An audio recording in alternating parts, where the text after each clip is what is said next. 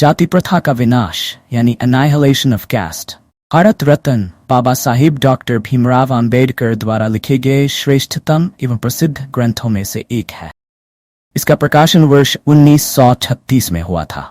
इस ग्रंथ में बाबा साहेब ने जाति व्यवस्था का घोर विरोध किया गया है एवं उस समय के धार्मिक नेताओं का भी विरोध किया गया है।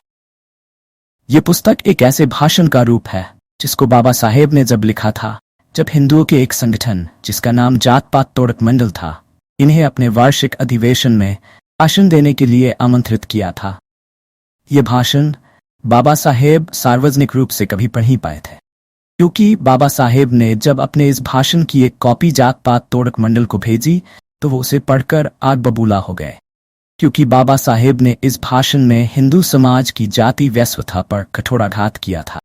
दोस्तों, पिछली वीडियो में हमने बाबा साहब द्वारा कुछ उदाहरणों से जात पात तोड़क मंडल को से समझाया गया कि किस प्रकार उच्च जातीय निम्न समझे जाने वाली जातियों का सामूहिक रूप से खुले आप उत्पीड़न करती है।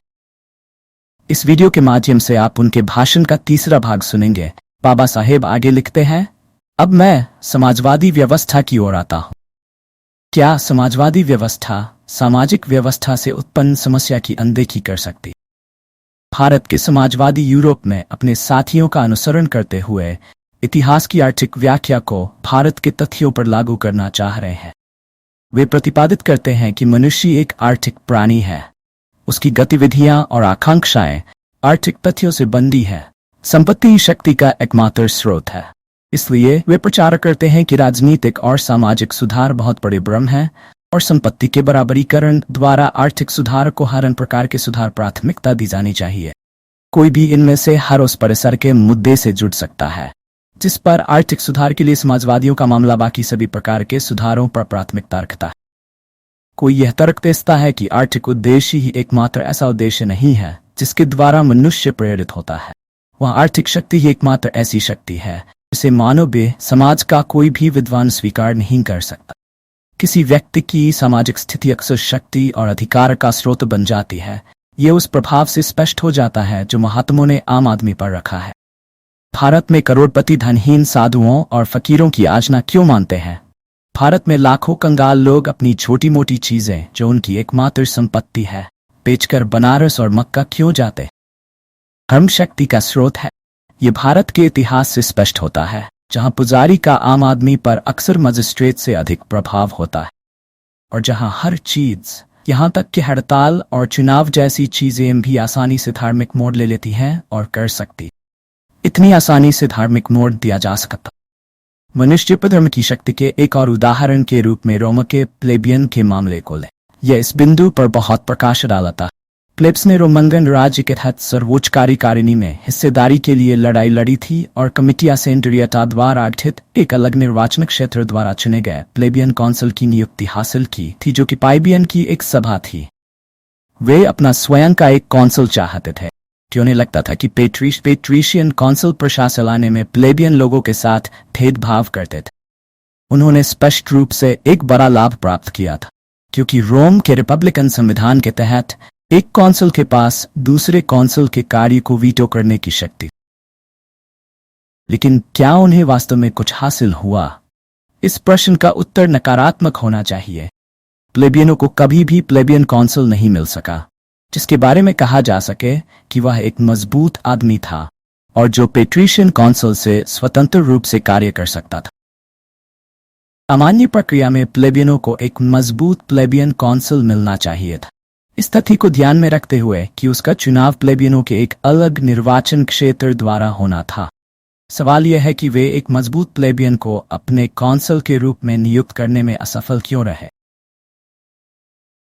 इस प्रश्न के उत्तर से पता चलता है कि धर्म मनुष्यों के दिमाग पर किस हावी हो जाता है। यह संपूर्ण रोमन आबादी का एक स्वीकृत पंथ था कि कोई भी अधिकारी अपने कार्यालय के कर्तव्यों में तब तक प्रवेश नहीं कर सकता था जब तक कि डेल्फी के ओरेकल ने यह घोषणा नहीं कर दी कि वह देवी को स्वीकार्य है। डेल्फी की देवी की ये मंदिर के प्रभारी पुजारी सभी पेट्रीशियन थे। इसलिए जब भी प्लेबियन ने भारत में प्रचलित शब्द का उपयोग करने के लिए एक काउंसिल को चुना जो पैट्रिशियन या सांप्रदायिक के विरोध में एक मजबूत पार्टी के व्यक्ति के रूप में जाना जाता था, तो ओरेकल ने हमेशा घोषणा की कि वह देवी को स्वीकार्य नहीं था। इस तरह प्लेबियन लोगों को उनके अधिकारों से वंचित कर दिया गया। लेकिन ध्यान देने योग्य बात यह है कि प्लेबियन ने खुद को इस तरह से धोखा देने की अनुमति दी, क्योंकि वे भी पेट्रिशियन की तरह दृढ़ता से मानते थे कि देवी की मंजूरी उनके कर्तव्यों और उस चुनाव के एक अधिकारी द्वारा प्रभार लेने से पहले की शर्त थी, लोगों द्वारा पर्याप्त नहीं था।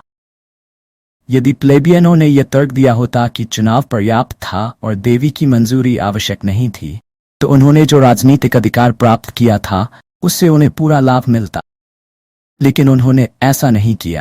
वे दूसरे को चुनने के लिए सहमत हुए जो उनके लिए कम उपयुक्त था, लेकिन देवी के लिए अधिक उपयुक्त था, जिसका वास्तव में अर्थ पेट्रिशियनों के लिए अधिक उत्तरदायी था।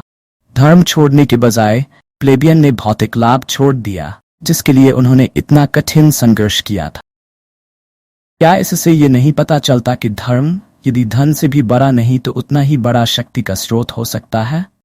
समाजवादियों की भ्रांति ये मानने में निहित है कि चूंकि यूरोपीय समाज के वर्तमान चरण में शक्ति के स्रोत के रूप में संपत्ति प्रमुख है, इसलिए भारत के बारे में भी यही सच है, या अतीत में यूरोप के बारे में भी यही सच। धर्म, सामाजिक स्थिति और संपत्ति सभी शक्ति और अधिकार के स्रोत है जो एक व्यक्ति के पास दूसरे की स्वतंत्रता को नियंत्रित करने के लिए है। एक चरण में एक प्रमुख होता है, दूसरे चरण में दूसरा प्रमुख होता है। बस यही अंतर है। यदि स्वतंत्रता आदर्श है, यदि स्वतंत्रता का अर्थ उस प्रभुत्व का विनाश जो एक व्यक्ति दूसरे पर रखता है, तो स्पष्ट रूप से इस बात पर जोर नहीं दिया जा सकता है कि आर्थिक सुधार एक प्रकार का सुधार होना चाहिए जो अनुसरण करने योग्य हो। यदि किसी भी समय या किसी भी समाज में शक्ति और प्रभुत्व का स्रोत सामाजिक और धार्मिक है, तो सामाजिक सुधार और धार्मिक सुधार को आवश्यक प्रकार के सुधार के रूप में स्वीकार किया जाना चाहिए।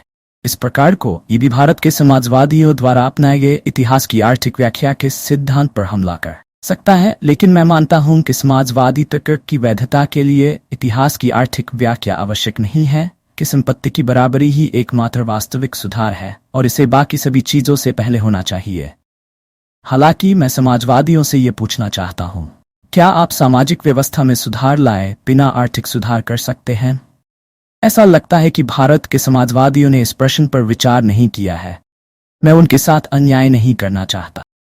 मैं नीचे उस पत्र का उदाहरण दे रहा हूं जो एक प्रमुख समाजवादी ने कुछ दिन पहले मेरे एक मित्र को लिखा था, जिसमें उन्होंने कहा था, मुझे विश्वास नहीं है जब तक इसका कोई निशान, तब तक हम भारत में एक स्वतंत्र समाज का निर्माण कर सकते। एक वर्ग द्वारा दूसरे वर्ग के प्रति ये दुर्व्यवहार और दमन, जैसा कि मैं समाजवादी आदर्श में विश्वास करता हूं, अनिवार्य रूप से मैं भिन्न वर्गों और समूहों के उपचार में पूर्ण समानता में विश्वास करता हूं। मुझे लगता है कि समाजवाद ही इसके लिए एकमात्र सच्चा उपाय प्रदान करता है। दूसरी समस्याएं। अब जो प्रश्न मैं पूछना चाहता हूं वह यह है, क्या एक समाजवादी के लिए यह कहना पर्याप्त है, मैं विभिन्न वर्गों के साथ व्यवहार में पूर्ण समानता में विश्वास करता हूं?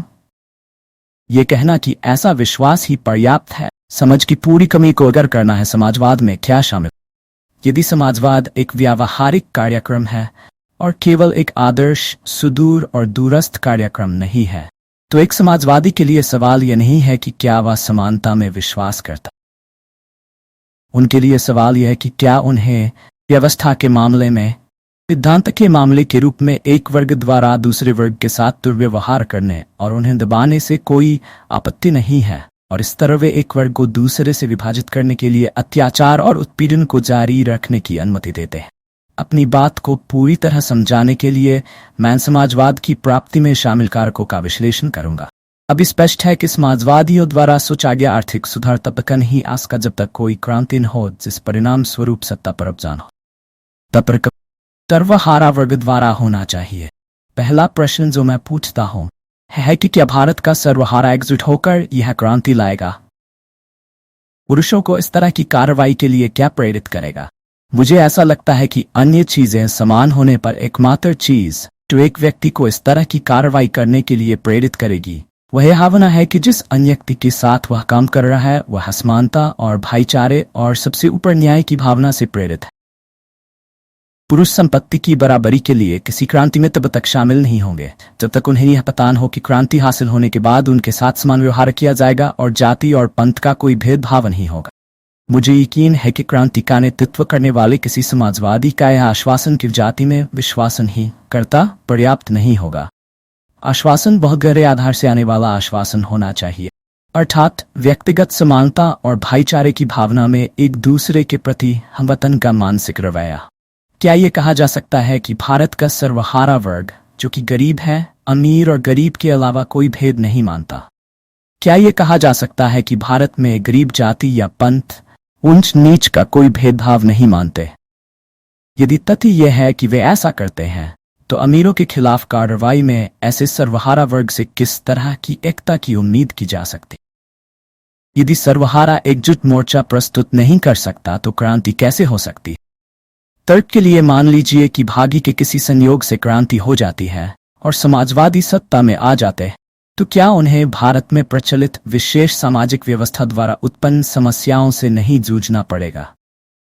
मैं समझ नहीं पा रहा हूं कि भारत में एक समाजवादी राज्य उन पूर्वाग्रहों से पैदा हुई समस्याओं से जूझे बिना एक पल के लिए भी कैसे काम कर सकता है, जो भारतीय लोगों को ऊंच नीच, साफ अस्वच्छ के भेदभाव का पालन करने के लिए मजबूर कर।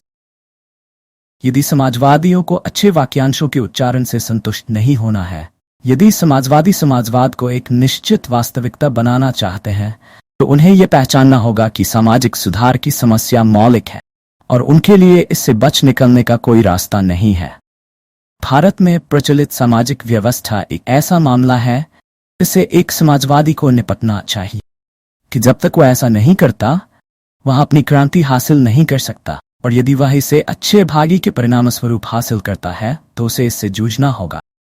यदि वह उनके आदर्श को साकार करना चाहता है, ये एक ऐसा प्रस्ताव है जो मेरी राय में निर्विवाद है। यदि उसने क्रांति से पहले जाति का हिसाब नहीं लिया, तो उसे क्रांति के बाद जाति का हिसाब लेने के लिए मजबूर होना पड़ेगा। ये कहने का एक और तरीका है कि आप जिस दिशा में चाहें मुड़ें, जाति वह राक्षस है जो आपके रास्ते में आती है। जब तक आप इस राक्षस को नहीं मार देते, आप राजनीतिक सुधार नहीं कर सकते, आप आर्थिक सुधार नहीं कर सकते।